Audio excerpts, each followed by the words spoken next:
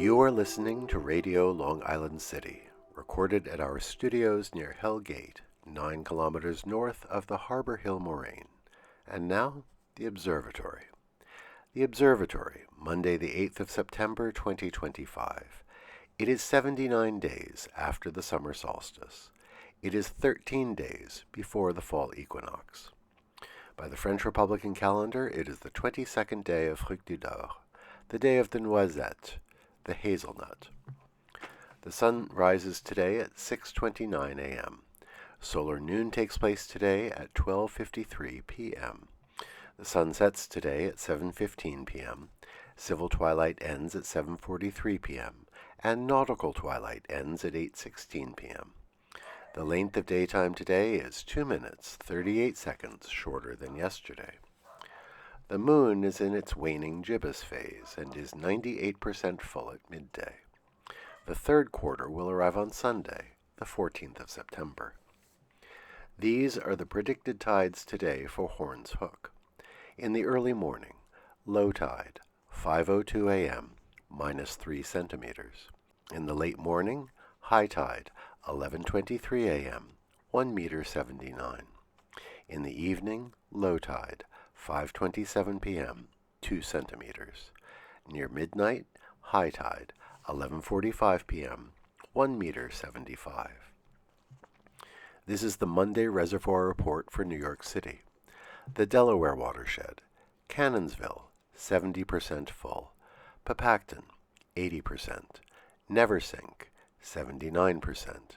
Rondout, 93%.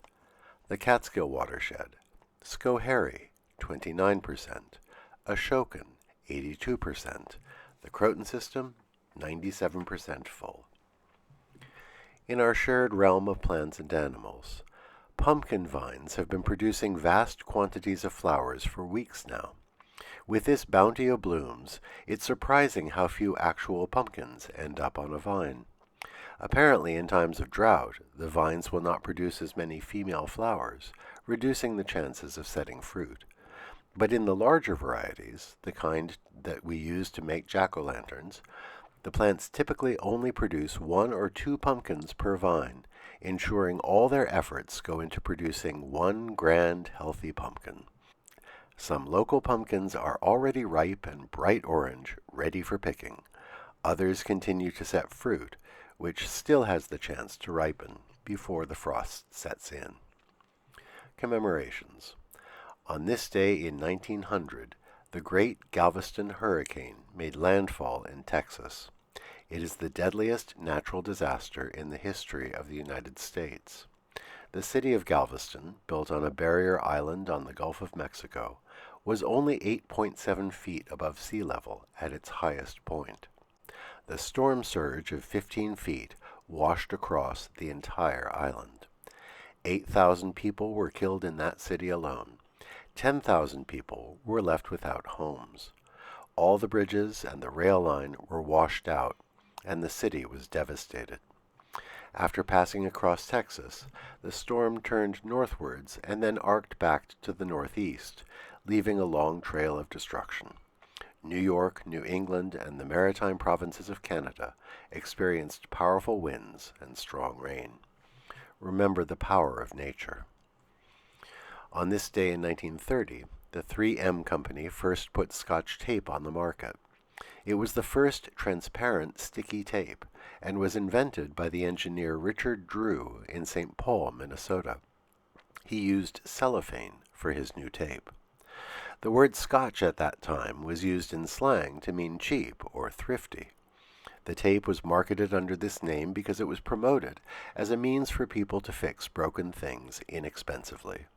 As this was the beginning of the Great Depression, the new tape with its thrifty message became an instant success. On this day in 1971, the John F. Kennedy Center for the Performing Arts was inaugurated in Washington, D.C.